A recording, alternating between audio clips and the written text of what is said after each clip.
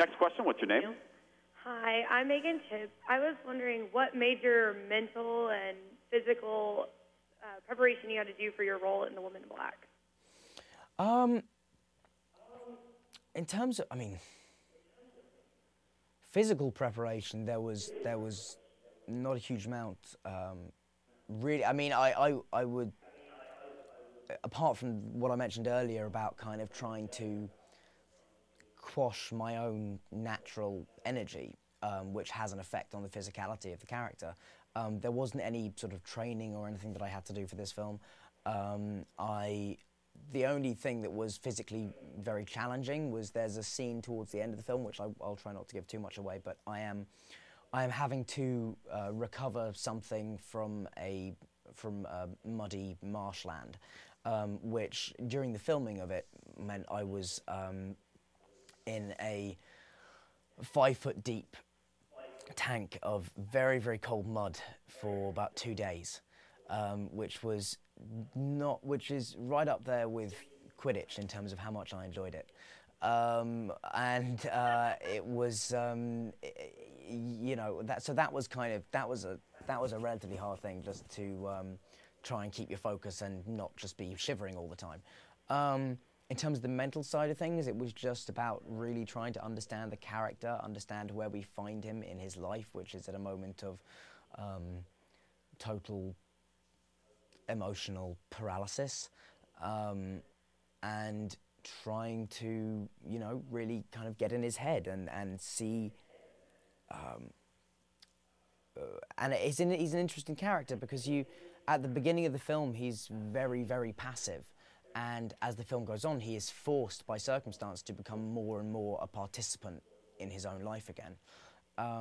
So yeah, I mean, there was a little bit of preparation, but it was mainly about just trying to really get an understanding of the character. I mean, I visited a bereavement counsellor as well, just to talk about, you know, how the death of a loved one so young affects a young man, because I fortunately, touch wood, do not have an understanding of that.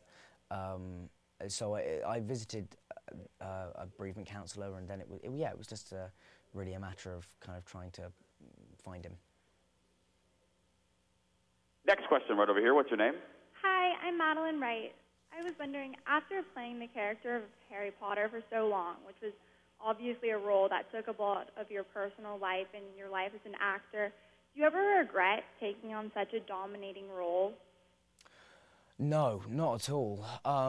Because if I hadn't done that, there's no way I would be getting the kind of opportunities I'm getting now. You know, it's always going to be a double-edged sword when you're in something that successful so young, and you just have to kind of try and take it in stride and go, well, you know, that's it. I'm never going to be in something as commercially successful as Potter, and I am fine with that. You know, I just now, I'm in a position where I'm very lucky. You know, I've done very, very well from Potter. I've got all these opportunities in front of me, and I can now afford to just pick interesting parts and do things that interest me. I mean, it's a real luxury. And no, I had, you know, apart from anything else, I had the best time on those films. I cannot tell you. Like, I mean, people always want to find out something negative about that experience, and not that I'm saying that's what you are saying, but generally speaking, people try to, you know, pick holes and find, well, it can't have been that fun, you can't have been that happy.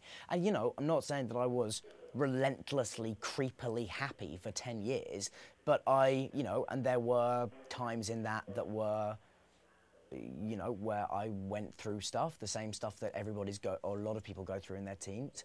But I had such a good time on those films. You know, I met all of my friends, both on the cast and on the crew.